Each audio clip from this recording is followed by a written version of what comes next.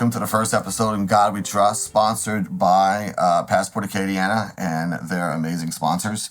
We're here today in Iberia Parish with not just a friend of mine, someone who has served his country in the United States Army, someone who has kept God central with family and love and understanding the connectiveness of the human spirit to say we press forward, we move forward, we go forward. Ladies and gentlemen, thank y'all. Mr. Larry Richard is here. We're in your office. We're in your safe space. That's right. We make a lot happen in this office right here. Been very, very blessed. I've been the parish president in Iberia Parish now for 8 years. I'm going into my 9th year. I swear in on January the 8th. It'll be my 3rd term as the parish president. Prior to that, I was the parish councilman. I got elected in 1999. I served consecutive years there for 12 years and took a 4-year break and then decided to run for parish president. And by the grace of God, I've been here, the parish president, for the last 8 years. And at the end of the day, I like to give all grace, all honor, all glory, all praise to God, because what I'm doing right now, I had absolutely no idea when I was growing up, when I was in the military, when I was in corporate America, that my career would end being a parish president of Iberia Parish. But you know what? You follow the directions that you get from God, and you move forward. And you do the best you can in trying to follow what it is that He has for you. And that's what I do. You know, Iberia Parish is not just growing, it is succeeding in the numbers of what the projection is going out to be for the next 10 to 20 years. Absolutely. We're very, very blessed. You know, it seemed like everything just took off over the last year and a half. Mm-hmm. We have companies now that's coming into Iberia Parish, $100 million. We have Delta Biofuel that just started. We broke ground with them about maybe 5 months ago. They have $100 million investment in Iberia Parish, going to employ some 100+ direct employees, 200-300 indirect employees. Salary is going to be around $70,000 a year, average salary plus benefits. That's really good for Iberia Parish. Iberia Parish is an oil and gas parish as well as agriculture. Yeah. And we will always be oil and gas and agriculture. But what we are doing is we're diversifying into certain industry groups that's going to hopefully keep our kids here when they graduate from high school and college. They won't have to move away to find good paying jobs. We have another company that's coming in here. Matter of fact, they'll be breaking ground at the end of this month, next month, called First Solar. They are going to be investing $1.1 billion, building a 2.3 million square foot facility right here at the airport, employing some 700 employees, direct employees, 600 plus indirect employees. It's just a lot going on in Iberia Parish right now. We have the you might have heard of it as being the monkey farm. You're from here. Well, actually, it's called the New Iberia Research Center, UL Research Center. And you might have heard when COVID came about, the president would get on and would talk about this drug that they had from Pfizer that was done here in Iberia Parish. But we are what's considered to be a level safety 2 facility. And what the president was saying when he would say we could have done this 30 days earlier, 45 days earlier, we had to send it off from here in New Iberia to like Connecticut, San Antonio. So we have the money now. UL got capital outlay money to build what's called a level safety 3. So when we start doing the research at the research center, you can go from the beginning to the end. And what we have done from that, we have taken over and we built a new roundabout at 3212, which we have 2 new roads. Correct. And we have a place called Progress Point. Well, Progress Point, working along with UL at that facility, is going to be called Progress Point, but UL, Iberia Parish Research Center, we are building a bioinnovation facility where it's going to be pharmaceutical. So we're completely changing around what's going on in Iberia Parish and trying to get the parish to where it's going to be able to have more employment here to keep the people working here. So that facility is going to bring some 450 to 550 direct employees. That's going to be average salary of $130,000 a year plus benefits. And I forgot to mention, First Solar is going to be around $80,000 a year plus benefits, average salary. So we got a lot going on. We have a lot of additional companies that's looking to come into Iberia Parish. Of course. So if we can pull together everything that we're looking at, we're talking about an additional 2,500 direct jobs, a little bit over 3,300 indirect jobs in Iberia Parish. So for the next 4 and 5, 6, 8 years, this parish is going to be really, I won't be here. I'm in But my you set the autopilot for it to so all take you got to do place. is follow the plan, and Right. it's gonna work out for the betterment for the people of Iberia Parish. You just said following the plan. Let's talk about God's.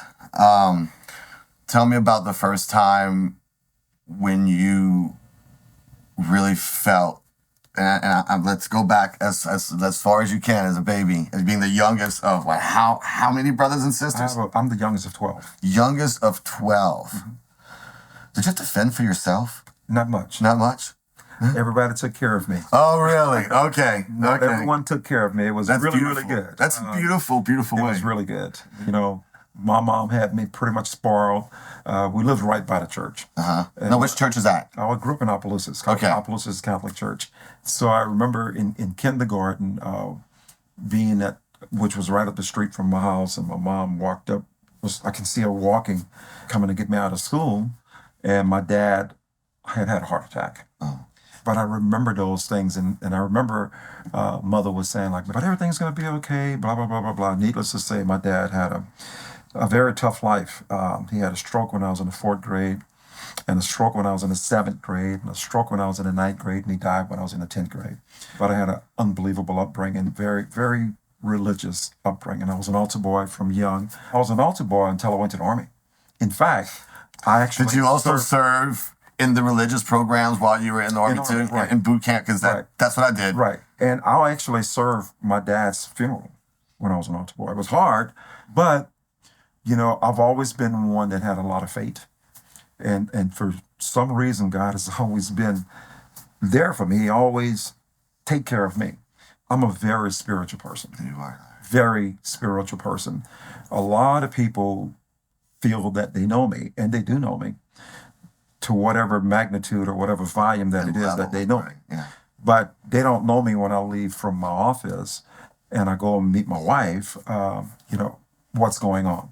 I've always been one that wanted to help, but that was instilled, honestly, by my mom. Right. I can remember when I was really young, wanting to go shoot basketball or whatever the case, and we have a neighbor, Mr. Citizen was his last name, and he had a house, and he had chickens. So my mom would say, you need to go into the house and pick those chicken eggs for Mr. Citizen. I'm like, I wasn't feeling it too well. And they said, but God gonna help you. God gonna help you as you grow older.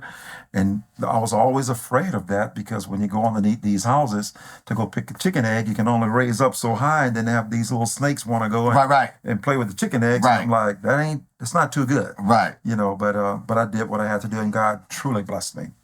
I feel, Larry, right now that we're in a very central point in not just our own personal histories, but on everything from a global level right now. And I believe that we can manifest the heaven that is now here, that's always been here, which was the hope and praise of the love of Jesus, and to serve thy neighbor, because it is in giving that we receive. That's exactly correct. And I think if we can understand that in a young age, okay, in that true aspects of giving, of not knowing what's going to take place, but I'm giving of something of myself that is valuable to me, and I give it for the love of another human being that is one of God's children. Exactly right. That's exactly right. And I'm one that give a lot. I've always been one that tried to help people. In fact, I do a lot of things in Iberia Parish. I don't want my name tied to it. Right, because it has nothing to do with who you. Nothing. It's just what I learned a long time ago is don't tie my name to those types of things, because I can't help everyone, and I try my best to help as many as I can. And what I do is just, I got 2, 3, well, actually about 4 or 5 people that I deal with that finds out the families that need. Like, we're going to be doing Christmas in a minute. right.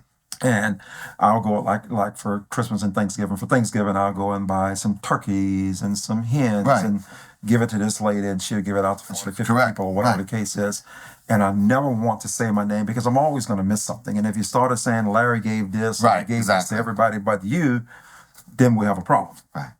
So I don't believe in it. I believe in God put me here to do what I can do, and that's exactly what I'm doing. You know, I don't know if you know, but I was sick earlier this year. I'm very, very much so, in my opinion, vessel for God, because I get the emotions, I get the feelings at night when I'm sleeping or during the day when I have time to listen. And I think everyone really, they just listen, just kind of like settle down and listen.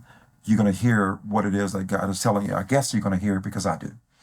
And I hear exactly what he tells me to do. I try to implement what it is that he tells me to do. And I'm not saying, you know, a lot of people say God asked me to do this. God don't really ask me to do a whole lot. He tells me what I need to do. When I got out of government, when I was a parish councilman, and I was done, because I did my 12 years, and I believe in term limits, and I was finished. And I can never forget waking up in the night telling Kim, I'm supposed to run for parish president. And she like, go to sleep, you know, and then this happened a few times. She said, and I'm like, and I wake up, you know, it might be 3 weeks later. And I say, Kim, I'm telling you, I'm supposed to run for parish president. And I remember her telling me, well, maybe you're supposed to run for parish president, but I'm not supposed to be running because we do everything together. And after a while, getting this coming back to me, she's like, well, if that's what you're supposed to do, then that's what we're going to do. And there's a lot of reasons, you know, when you get these messages, you try to tell yourself, don't do it.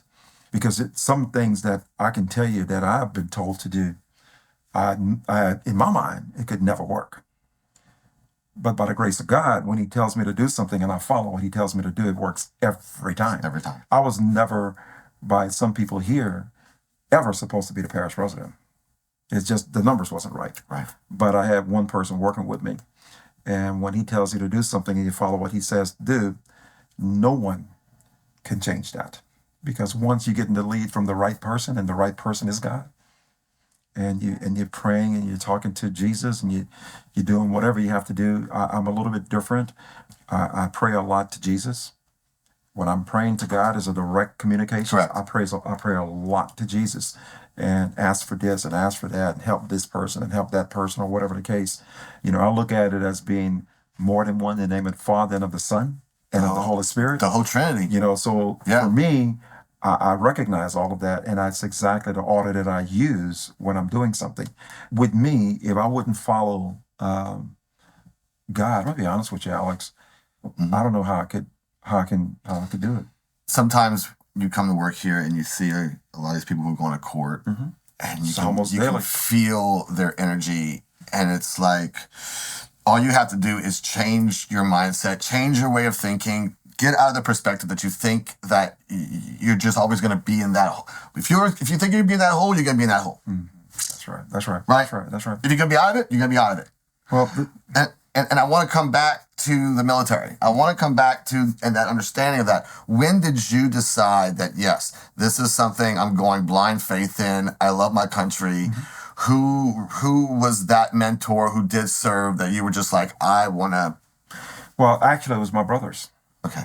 My brother, that's 4 years older than me, was in the military. He was in the Army. And I have my brother above him was in the Navy. When my dad passed away when I was a sophomore, it was really tough. It was tough for me to move on.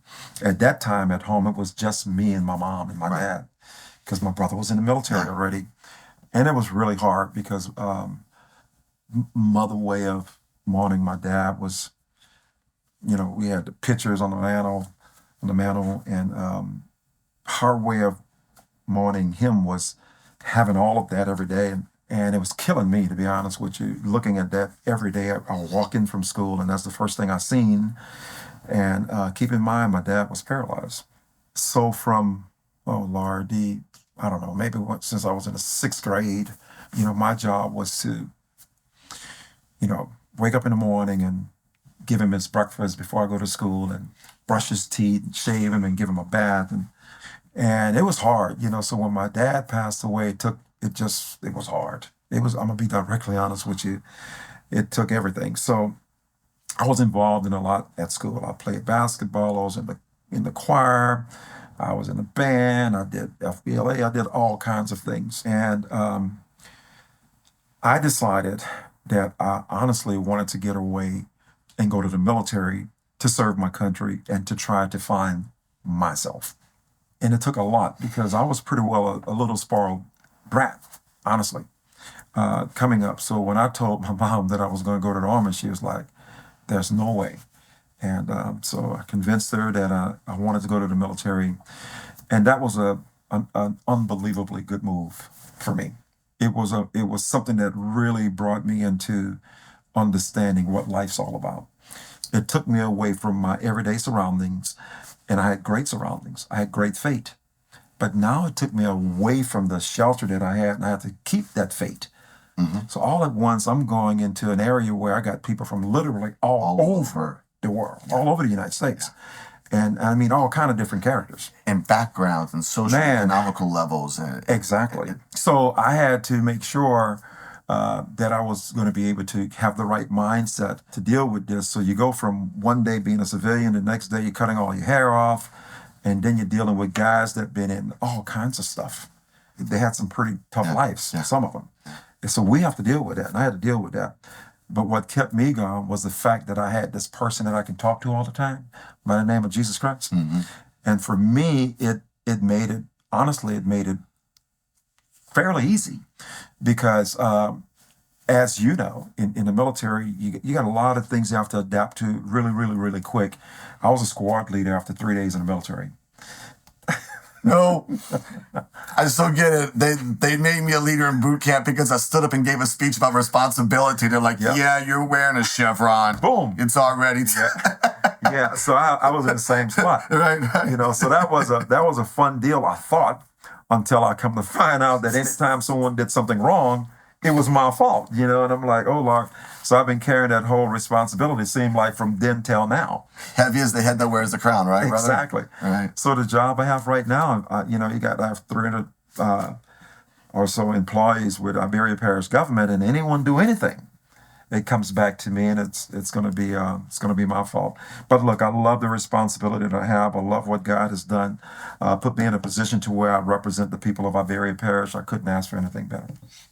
Would you agree to the statement that this office does not define you? Not at all. When I leave from here, I'm going to my house, and I'm going to meet my wife, and I'm spending time with my wife and my children. I'm not going to a politician's house. Right. They're not coming to my house. Right. I'm not talking politics. Right. That's your safe space. I do That's not. right. Yeah. When I leave work, and I try as best as I possibly can, everything is political. Don't get me wrong. Even when I was in corporate America, it's political. But I don't get into the politics. And that sounds nuts because I've been elected since 1999. But you will not find me playing political games. It's not what it's about at all with me. You know, I make decisions based on what my conscience informs me is the right thing to do. I'm a registered independent. I believe in military, and I was going to say ex-military, but I'm always going to be we're all military, right? I don't believe in party because you know just as well as I know when you was in the military, we're going to follow the directions of our commanding chief, and that is it. Right. And you know, so the party makes no difference when you're in the military. And managing this parish, Iberia Parish, as the parish president, that's exactly what I do. I manage the parish. It's a business. It's a government, but it's a business. And I make decisions based on, again, on what this tells me, what is the right thing to do. And sometimes when I make decisions, of course, a lot of times when I make decisions, a lot of people may not agree with it. You have to think, you know, you go into the chambers, and I was a councilman, and when you're voting on something, you got 25 people in a room or 50 people in a room, and you're voting on one issue. So you got 50 people in the room, and you're voting on one issue. But the problem is you got 25 people want you to vote this way, right, and 25 people want you to vote this way, but you only have one vote. So when you vote this particular way, you got 25 people think you're the best thing that ever happened, and 25 people upset. But if you're being consistent on what it is that you're doing and how you're making your decisions, eventually people are going to get to understand how you do things. And I can tell you right now in Iberia Parish, I've been doing this long enough to where I really feel people understand who I am, how I make decisions, and I've been very blessed. And when I say I've been very blessed, what I mean by that is I have the people of Iberia Parish that vote for me to be their mouthpiece. And I think most of the people in Iberia Parish that know me understand how I think, because a lot of my thinking is based on the scripture. Do you feel that what you just recently went through with what people would call an illness, I kind of feel you kind of like to call it a self-discovery. It is. I watched your Facebook Live video when you sat, I don't know where you were sitting, but you were just truly talking, not as this office, but as Larry, okay? The humility, vulnerability, and strength all in your voice at the same time was very, very amazing to listen and be a part of. Right. On February the 28th, I left the office here, and I was getting ready to go to Mandeville. Well, I get a phone call, and it was what I thought was a prank call. I did blood work 3 days before or so, something like that, and I just did my physical in December. Now this is February, so someone called. Hello, is this Martin Richard? And right off the top, no one calls me Martin. Yeah, so I'm like, who's this? And then she goes, my name is Dr. Such and Such. I'm the director of pathology. And I'm like, well, how can I help you? She goes, is this Martin? I'm like, well, this is Larry, Martin Larry. So she goes on and she goes, well, did you do blood work at LabCorp, blah, blah, blah? And I'm like, yes. She said, well, I think you need to go to the emergency room. And I'm like, who is this? So I get my wife on the call, and Kim went through the same thing. Who is this? So she tells me that she thinks I have leukemia and I need to get to the emergency room. And so I went in, I tried to be calm. And so I drove to General Red, and I seen my assistant director, and he said, look, I have an appointment I need to do. You need to talk to this gentleman. I need to go take care of something. And I left, and I went home and got my wife, and didn't tell my children anything. And so we went to Lafayette General, Oshner's, and I had two doctors that's personal friends. One I've been seeing for 30 years, a little over 30 years, and another one, he's just a personal friend I talk to almost every night. And so they met me there, and by the grace of God, when I got there, the director of oncology was there with my two doctors. So she wanted me to run this particular test. So they ran the test and got the results back like in 20 minutes, and found out that I did have leukemia. So I started my chemo treatment on the 28th of March. And I had to take 3 different drugs, 24 hours a day for 7 days, and stay in the hospital for 30 days. On the 28th of April, when they did my test after I stayed in the hospital for 30 days, I was in remission. But I still had to go back every 28 days to do another, that was called an induction, the first treatment. So I had to go back every 28 days to do what's called a consolidation treatment. And the way that one would work, it wasn't 24 hours a day. I would go on Monday, and I would start at 9 in the morning and 9 at night, and I would be off on Tuesday. And then Wednesday, I would go at 9 in the morning to 9 at night, and I'll be off on Thursday, and I would repeat the same thing on Friday and come home on Saturday. So we did all of that, and still was in remission, and didn't have any cancer cells and no leukemia. And so what I do right now is I go once a month and I get my blood work done, and they check it. In fact, I just did it last week, and I'm still blessed. God is so good. I don't have any cancer cells or no leukemia. But I want to tell you what happened to me and how I came to where I am today. The first 6.5 days I was I was receiving the chemo. I would close my eyes, and it was like these trees was just flying rapidly in front of me with like plants. And I told Kim, I said, something's wrong. I said, every time I close my eyes, I see all of these trees. And honestly, it got progressively worse as the day went on. So I would just blink my eyes, and it was like an old reel. I tell people it's like a reel-to-reel tape that when you used to watch the movies back in the old days, you could make it go real fast. Right. Or real slow. That's what it was like. Okay. And later that night, I was really tired because I did everything I could not to blink my eyes. Right. You'd be surprised how many times you blink your eyes. Okay. And it just got to a point where I was exhausted. I asked God, I said, please just hold my hand and carry me through this jungle. I felt like I was in the woods, like in a jungle. And I fell asleep, and I slept for 7 days. So I don't remember anything from day 6 to day 13. So when I woke up, you know the little tray that you get your food on? In the hospital? Yeah. Uh-huh. So I pulled the tray to me, Right. and we had a wet one. So I have a birthmark right here. So I had like these marks in my hand. So I got the wet one, and I wiped my hand because it looked like it was dirty, and it didn't come off. So later on that evening, I asked Kim, I said, do me a favor. I said, get me a soapy towel so I can wash my hands. So I washed it, and it just didn't come off. So I said, Kim, I remember having a birthmark, but not like 6 birthmarks. So she goes, Larry, she said, you actually been sleeping for about a week. And I'm like, what are you talking about? She goes, like, you've been sleeping for about a week. And I woke up just like I went to sleep. And she said, well, your hand had got black. The palm of your hand and the bottom of your feet had gotten black during that week. So she was asking the nurses, what was going on. And the doctors, and they said it was probably from the chemo, which I didn't know anything about that. And once she said that, I started really trying to figure out, what I missed. So I started really thinking, and I remember 3 things that took place. I remember someone asked me how I felt, and I clearly remember saying, my back is cold. I remember that. And I was telling this to my nurse, Casey. It's a guy named Casey, awesome guy. And I said, and I remember someone telling me to chew on some ice, and he said, that was me.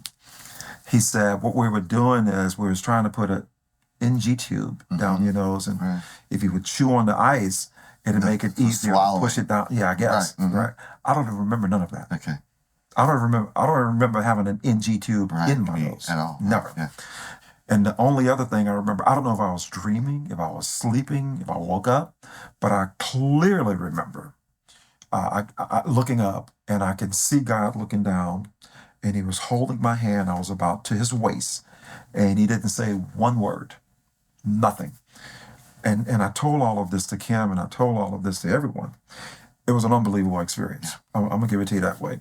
And so once I got out of the hospital those 30 days, I tried really hard to remember what was going on. And I can't. I still don't know what happened.